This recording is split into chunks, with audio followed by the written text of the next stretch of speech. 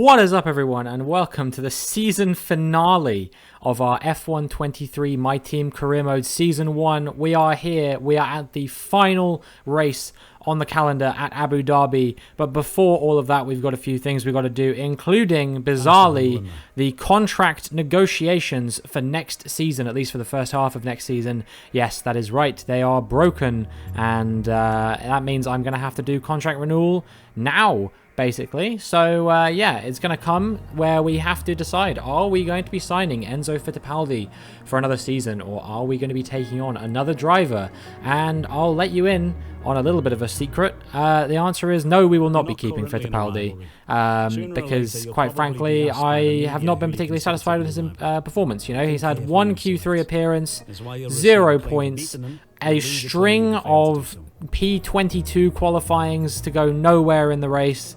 You know, as much as I like the guy and I think he's got a good future, I don't think it's with our team, unfortunately. Now, someone who you guys probably know by this point I'm a big fan of in real life, and also I was hoping to sign at the beginning of the season. It is, of course, Dennis Hauger. Now, he is a little bit less experienced and maybe has a little bit worse racecraft, but he makes up for it with awareness and pace. He definitely doesn't look like he should be 3 lower than Fittipaldi, but of course Fittipaldi's having his pace boosted anyway. So yeah, hopefully Hauger will be fairly fast in our car, I'm hoping. He wants a very reasonable amount of money and claim level and all that kind of thing, so we should be able to get him no problem. And here we go. Dennis Hauger is going to be a Jaguar racing driver until at least the end of the Hungarian Grand Prix next season. So yes, very good. Well, actually, I don't know if it'll be the Hungarian Grand Prix. It depends how the calendar works out. But until the end of halfway through the season, he will be with us. We're going to adapt one more upgrade. We've got one more upgrade that we're planning on doing, and then I need to make sure that I adapt this one as well. Otherwise, we will lose it, the one that we're currently putting on the car. But yeah, here we go. We're going to get ready to get into our final race weekend of the season, and I'm looking forward to this one, you know, hoping we can end the season on a high, maybe grab a few points just to really solidify P7 in the Constructors. You know, Haas are quite far behind us, so I don't think they've got a chance of catching us, but I've been wrong about this kind of thing before, so who really knows whether they will get us or not. But one thing is for certain, I'm going to give it absolutely everything, and I hope Dennis Hauger, despite being a new driver here, is also going to give it absolutely everything to get us to where we can be. However, Lewis Hamilton has now retired from the sport, and that obviously opened up a free position at Mercedes, which means that we get to find out who is going to be the brand new driver at Mercedes. Is it going to be a rookie? Is it going to be an experienced driver? We'll find out in just a moment, I imagine. I think I do show it. I haven't shown it yet. Yeah, here we go. Here we go. So Hamilton's gone. And if we scroll down, you can see that Valtteri Bottas has made a sensational return to Mercedes. He's been replaced by Tsunoda at Alfa Romeo. Tsunoda's seat at AlphaTauri has been filled by Albon, and Fittipaldi has moved into that second Williams seat. So that is it. It is over for Lewis Hamilton. His career called time on it, and it is his former teammate Valtteri Bottas who has returned to Mercedes to play wingman to George Russell in the hopes that Mercedes can close out the Constructors and the Drivers' Championship here in Abu Dhabi once again. I think they've already closed out the Constructors, actually, now I say that. But the Drivers is still up for grabs. It would require Charles Leclerc to win and get fastest lap, and for George Russell to not score any points. If George Russell scores even 1 point, he is guaranteed to win the championship no matter what Leclerc does. And yeah, likewise, Leclerc absolutely needs to get a win and fastest lap if he wants any hope of doing it here. So we will see whether he is capable of doing that or not as we look at Lando Norris in the McLaren. He's not gone anywhere just yet. And you can see that the weekend has started off very nicely for Leclerc. Up there in P1, he knows the task he has ahead of him. Everyone thought it was going to be Sainz up here, but a string of poor results meant that, yeah, he's no longer in contention, and it is Leclerc and Russell battling it out, with Russell very much in the driver's seat. Hauger actually out-qualified, or not out-qualified, but outperformed me in practice, which, you know, is encouraging signs. 4/10 ahead of me on the same compound of tyre. If he can do that in the races, then we'll be absolutely dandy, I think. But, you know, maybe I just didn't do a particularly good set of runs on the medium tyres. We'll never know.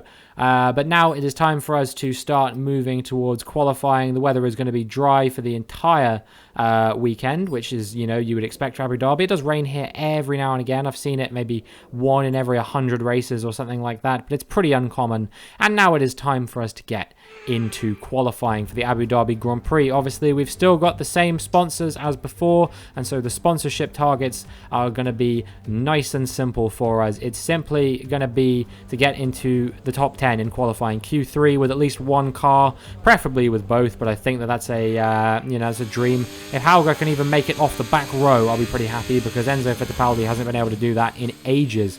I'm hoping once the regulation changes come into effect, things should be a little bit nicer for us, at least at the beginning of next season, but we will see whether that is the case or not, as we do a 1:23.7 to kick things off here in qualifying. And now we're going to be moving on to our next lap, the final lap. We went on the same set of tyres again, and it was pretty close, but we did end up getting through, even though we didn't improve.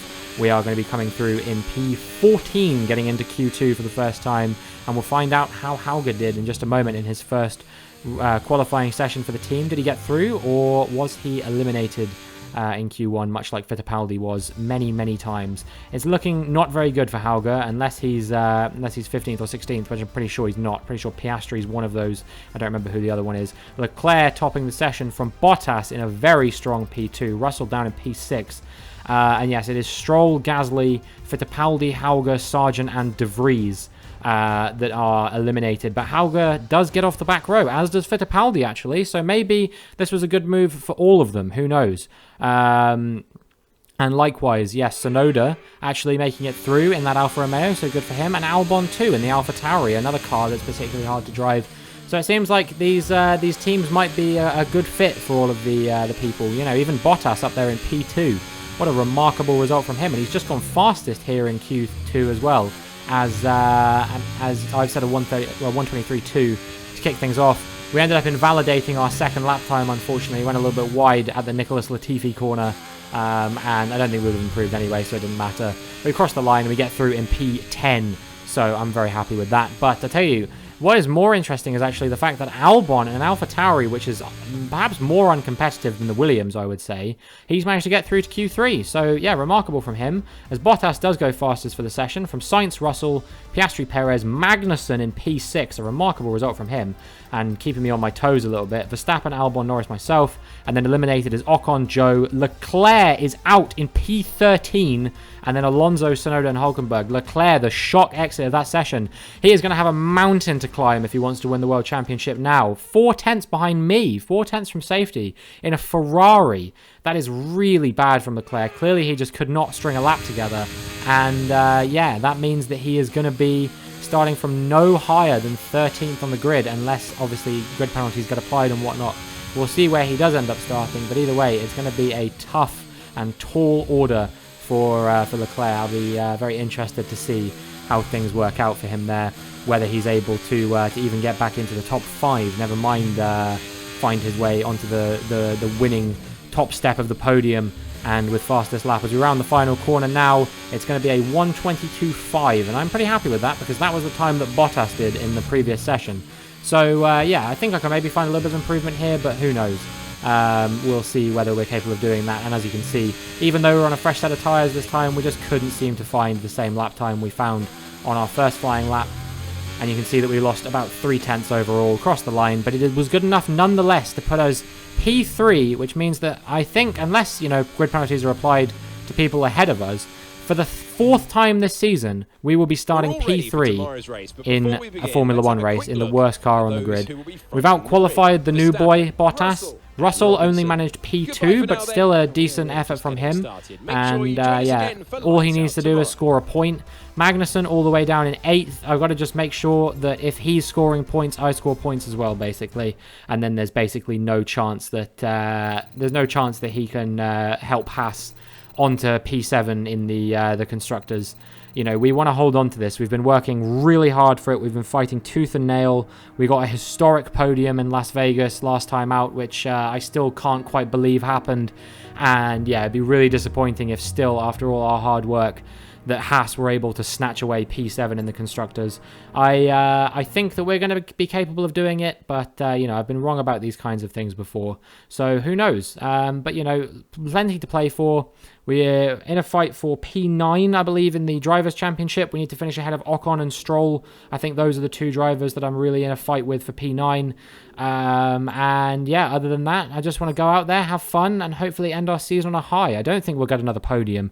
I think that Las Vegas race was definitely a fluke, but hopefully we can get at least another good result as we get into the Abu Dhabi Grand Prix.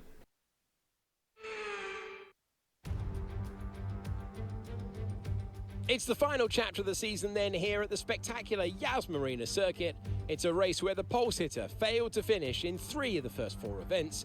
A front row start here is by no means a guarantee of victory. We go into battle once more then as we get underway at the Abu Dhabi Grand Prix. The drivers will be racing here at Yas Marina circuit through 21 corners and a lap distance of around 3.4 miles. There are a few opportunities to pass with long straights and DRS zones in 2 places, turns 8 and 11. Plenty of close racing then, plenty of speed and plenty of drama to be found in the laps ahead. It's time to take a look at our starting grid for today's race. World champion Max Verstappen starts from pole position, just ahead of George Russell, who starts this event from P2. As we continue through the rest of the grid today, we have Robinson, Bottas, Sainz, Norris, Perez, Magnussen, Albon, Leclerc, Fernando Alonso, Tsunoda, Stroll, Gasly, Hauger, Oscar Piastri, Hulkenberg, Zhou, Fittipaldi, De Vries, Sargent, and Esteban Ocon lines up at the back of the grid. And with lights out just moments away, it's time to go down to the track.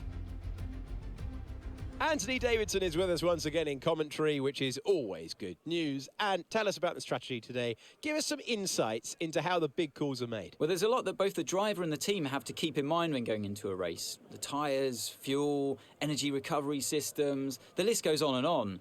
But I think the key to today's victory will come down to the pit stop strategy. Come in too soon and you might find yourself needing more than one stop. Too late and you're putting yourself at a disadvantage by spending longer on worn tyres. Right, it's been a long, hard season. We're almost at the end, but we cannot switch off until after that checkered flag today. Let's try and end today's race on a high note. Well, I'm going to listen to Anthony Davidson's advice, and I'm going to try something a little bit different with the strategy today. We're going to go hard-medium instead of medium-hard, which I think most people will be doing. And yeah, we're going to try and push like mad on these hard compound tyres for the first 15 laps, and then try and make up as many positions as we can on the mediums after that fact. So yes, it might be a difficult start to the race for us. We might lose a few positions, but hopefully that second stint is going to make the car absolutely sing. You know, I need to keep in mind that I'm flying high, and whilst we've got good qualifying pace, the car is not there in the race. We're kind of like the real-life Haas this season, I would say. You know, great qualifying, especially from my side of the garage, but just can't seem to string it together in the race. But yeah, we'll see. Can we make a challenge on Russell or Verstappen now as we get ready for the grid to finish forming up? I'm excited to see what kind of performance our car can put in. This is the final race of our first season in F1 23. What can we do as the lights come on? And the lights go out, and we've had a good getaway compared to Max Verstappen, who's had a shocking start. He's already been passed by Russell off the beginning and passed by me as well round the outside at turn 1, and I am very briefly going to be looking at P2, but as we come on the run through the following corners, I think Verstappen is going to take this straight back off of us, but it is going to hold him up quite a lot and allow Russell to make good his escape. And all he needs to do is stay right there, and the championship will be his. Leclerc starting P10 in this race. Hauger, after penalties applied, also got promoted up to P15. So it's been a good beginning for us as a team. I don't know whether Hauger's gone forward or backwards, but it doesn't really matter. all I'm hoping for is that he can just put in a good account of himself, as Sainz now passes me on the straight as well, and we are down off the podium into P4. Of course, he was someone who we were battling with over one of those podium positions last time out, and yeah, now we are now we're going to be trying to battle with him once again, maybe for the podium, but I think we won't have the pace to keep up with him on this occasion. I heard a bit of a loud sound behind me when Perez was trying to sort of maybe look about diving up my inside. I don't know whether he made contact with me or with Bottas, but it didn't sound good, and you can see he's falling away quite a lot here, actually. So I think maybe he's got some minor damage, and that is going to be devastating for him. Not that he was in a championship fight anyway, and to be honest with you, I'm kind of surprised that Red Bull kept him on, given how poor his season has been. Perez has no doubt been the reason why Red Bull finished P3 in the Constructors' Championship this season, and you know, he was struggling to even make it into the top 6 when there are only 3 really front-running team contenders this season.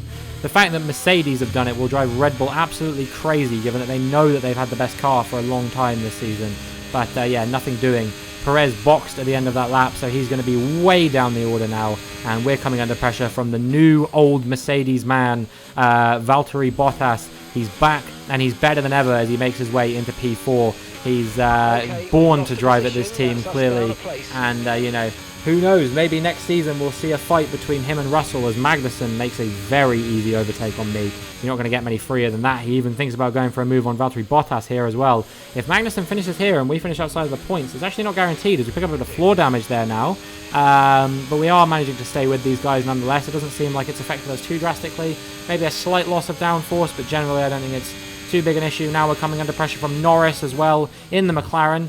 He's been fast all season. I can't remember. He actually, I think he won a race this season, didn't he? In Mexico, was it? In that absolutely chaos-filled race where Perez was out, Russell was out, Leclerc was out, Carlos Sainz didn't have a great race. He was coming through the field. I think Hamilton and Verstappen too, you know, were coming through the field. And so, yeah, Norris ended up picking up the win from Alonso from Albon. Very, very strange race that happened on that occasion, but a good one nonetheless. And yes, we're still holding on to the position from him for the time being. Hopefully we'll be able to contend with these guys a bit more next season. You know, obviously McLaren and Alpine a bit outside of our wheelhouse of cars that we could contend with, but I'm hoping next season we'll be able to fight between those guys rather than sort of down towards the bottom of the grid with the likes of Haas and Williams. Those are the teams that we were sort of battling this season. But now as we move on to lap 5, you can see Norris is trying to get ahead of us once again, and unsurprisingly this time he does indeed make the move stick as he makes his way up into P6. And yeah, I'm sure he'll be able to hold on to that. He's got the DRS now. He won't have the DRS for the following DRS zone, so maybe we can stay with him, but I think he's just already a little bit too far ahead for me to even consider trying to do that.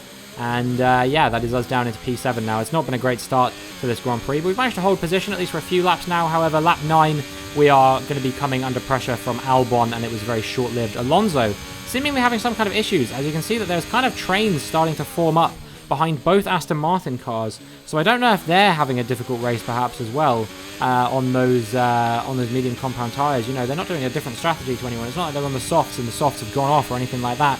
It just seems like both of them are really struggling to pace right now. I don't know what's going on with the Aston Martins. It could be that they're both having issues or something like that. And yeah, we're going to be battling now with Albon up the inside at the chicane. He's going to take the inside for the following corner. That gives me the better run through, and we managed to hold on to P7 for the time being, but we're coming under so much pressure from him. It's absolutely rampant at the moment. You know, I don't want to let him too far ahead, because despite the fact that, you know, he's obviously in an AlphaTauri now, there's still things to consider, you know, still things that we have to make sure that we've got going for us in this championship. And yeah, it's going to be particularly difficult, I imagine, for us to keep him behind for too much longer. Here comes Alex Albon now, and you can see that he has made his way through, and it was a little bit too easy for him. But yeah, the new man in Mercedes is in the points, the new man in AlphaTauri is in the points, and the new man in Alfa Romeo also running in the points, Yuki Tsunoda, P10. A remarkable performance from him so far. I don't know if he'll hold on to this, but yeah, he's doing very well in his new machinery, all things considered. You know, Hauger is struggling a little bit. I think he's down there in P16 or 17 at the moment, but nonetheless, you know, he's not doing too badly. And yeah, we're struggling to hold on from Leclerc as we move on to lap 11 now. You can see that he is going to try and go around our outside at the reprofiled corner, the new hairpin And yeah, he's looking like he's going to maybe potentially get past us here. Although we are going to have the DRS on him, which might allow us to just about stay in the fight with him. You know, we don't have to use too much of our battery. He's much faster in a straight line. I think I'm running higher downforce compared to most cars here. But we dive up the inside and we hold on to P7 for the time being. So yeah, I'm very happy with how that one's played out. Hopefully we can keep him behind in the following DRS zone. We've got DRS to Albon, actually, which I think is why we had DRS before. And that is going to be very beneficial to us in our fight with Leclerc. And you can see that we've managed to hold on. And maybe we could even think about trying to close up to Albon. I don't know. Maybe I'm getting a bit ambitious there. But yeah, definitely not looking like we're completely out of this fight. However, as we move on to lap 12, we don't have the DRS this time. Albon's just about broken away, and I think this is going to allow Charles Leclerc to finally make this move. He doesn't want to stay behind us, getting too frustrated. He needs to make this move quickly and concisely, and he has done just that. And now I need to make sure that I don't get overtaken by the cars behind of Tsunoda and Bottas, who's already pitted in this race, so I'm not really sure what that's about. But yeah, he's already pitted quite early. He was on the medium tyres, and he's gone medium again, so I can only assume he's now doing a 2-stop. Which might have been because of some damage or something like that. You know, it's his first race for the team. They're not expecting anything from him. If he can even get into the points, then, you know, they'll be pretty happy with that. You might remember my team last year, which for 3 or 4 years, Zhou Guanyu was driving at Mercedes. And during that time, he really struggled to even get the car into the points. Actually, at the end of Season 7, which was my final season, they finally sacked him off. I can't remember who they got in his place instead. But yeah, he ended up going. I think he got replaced with Verstappen, actually, funnily enough. But yes, Bottas, the new man in Mercedes in this year's career mode, he has made his way through. And speaking of Joe, we had a bit of a meme that he suffered a lot of mechanical failures during his time at Mercedes as well, and that seems to be sticking with him in this Alfa Romeo as well. He had a mechanical failure in Singapore, I remember, which actually helped Carlos Sainz to win that Grand Prix. In the end, of course, it didn't matter for Sainz. He will not be the world champion. But we're coming into the pits now. Lap 15, we're finally going to be getting off these hard compound tyres, and we're going to be going onto a set of mediums until the end of the Grand Prix. Albon just up the road from us. I think we have a very good chance of catching him once we switch tyres. And yeah, unfortunately, the floor damage hindering us a little bit with regards to downforce. Dennis Hauger's coming in as well, so that's interesting. A little bit of a double stack going on here as we go slowly there. 5.1 second stop. Bit of a problem, clearly. Hopefully that doesn't affect Hauger's pit stop as well. That would be absolutely, you know, devastating if it did. I would hate for that to be the case, but I think it might have done, you know, as he is now falling down the order as well. He was in the pits for what felt like a very long time there. I was looking on the mini-map. So he's fallen to basically last place. We are, you know, I think we've lost out to Perez, who obviously I think might still need to pit in this race. I'm not sure. Maybe he's trying to get to the end on the side of hard compound tyres. I think it'd be quite hard for him. But you can see that we're not really doing too much to catch these guys at the moment, as, you know, Albon's still 5.7 seconds up the road. I'm not really catching at all. However, there is now a yellow flag in front of us, and I wonder what this is for. You can see that Albon has stopped. Perez has hit him, and there's now a safety car, which instantly becomes a red flag. Some debris on the track. Albon facing the wrong way. Perez crashes into him, and yeah, that has allowed us to make up the position on Albon and into the top 10. However, we're going to have to do a lot more than that if we want to finish anywhere other than top 10. We're going to be, I think, going on to another set of medium compound tyres, and to the end of the Grand Prix, 8 laps only. We could maybe risk it on a set of softs, but I don't really think that that's you know, going to be a good idea. We don't seem like the tyres are making too much of a difference to the pace around here. So we'll see what we can do as the lights come on once again here in Abu Dhabi. And the lights go out. And we've gotten a good getaway compared to Sergio Perez with a 5-second penalty for that collision with Albon. They both got a 5-second penalty. So I should be not struggling too hard to stay ahead of them as long as I can keep Perez within 7 seconds of me. Or sorry, 5 seconds of me, I should say. We should be absolutely fine to keep him you know, behind us come the classification.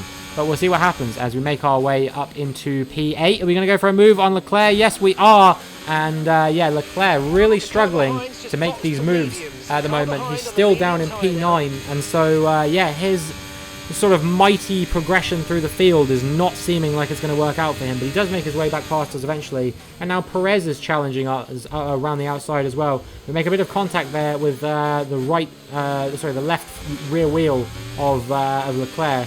managed to stay ahead of Perez for the time being, but I think it's only going to be a matter of time before he gets us.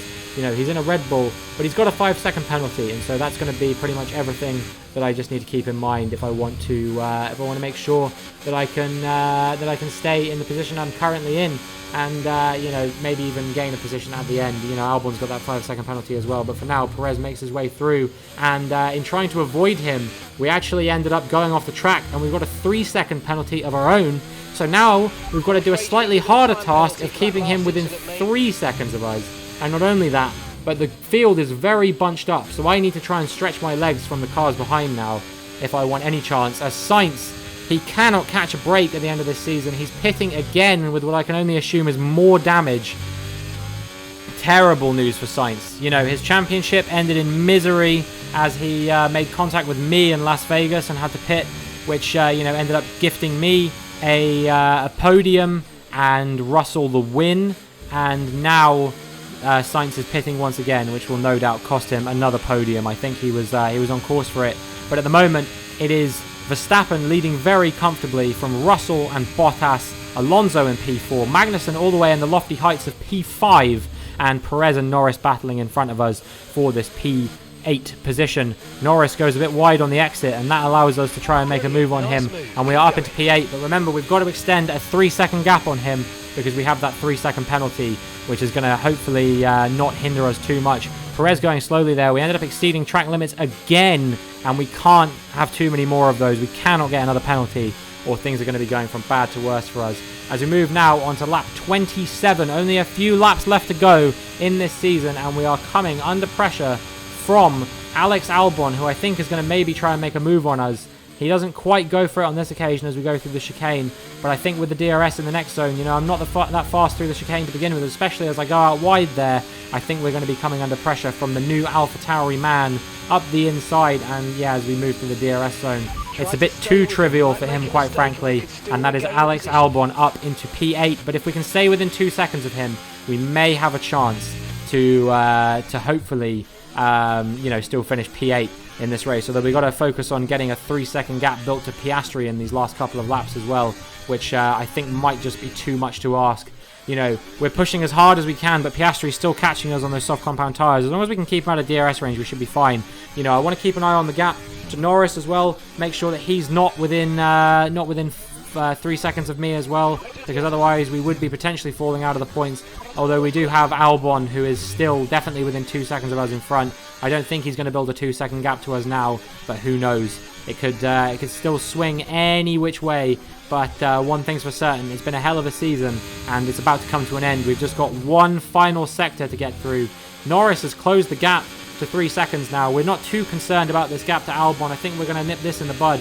We've got to make sure that we stick to Norris like glue. Otherwise, yeah, we could find ourselves out of the points potentially as he inherits P9 off of me. I think it will end up being, well, maybe it'll be P10 because I don't think he's in range of Albon. But I think we're just about going to hold on. Final few corners, final corner we round now, and as we come up to the line, we're going to cross it and we're going to stay in that position. Another year of Formula One draws to a close, and a new World Drivers' Champion is declared.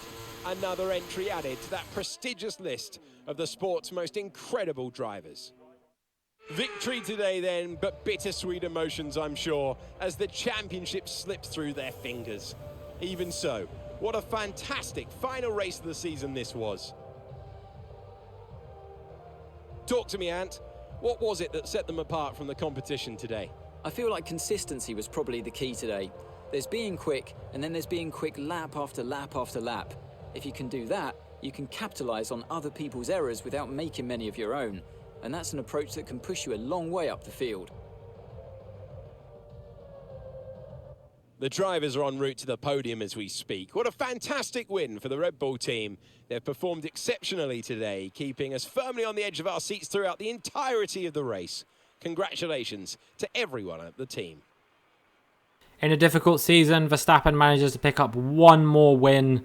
on his way to, I believe, P5 in the Drivers' Championship, although it might be P4 if he managed to get ahead of the retired Hamilton, who, of course, was not racing this time around. But yeah, Russell P2, it was enough for him to wrap up the Drivers' Championship in the end, and Leclerc did manage to fight his way back onto the podium, even if he couldn't quite challenge Russell for the championship in the end. So let's have a look then at the drivers' standings. We also crown a champion today, as their lead at the top is now an insurmountable one.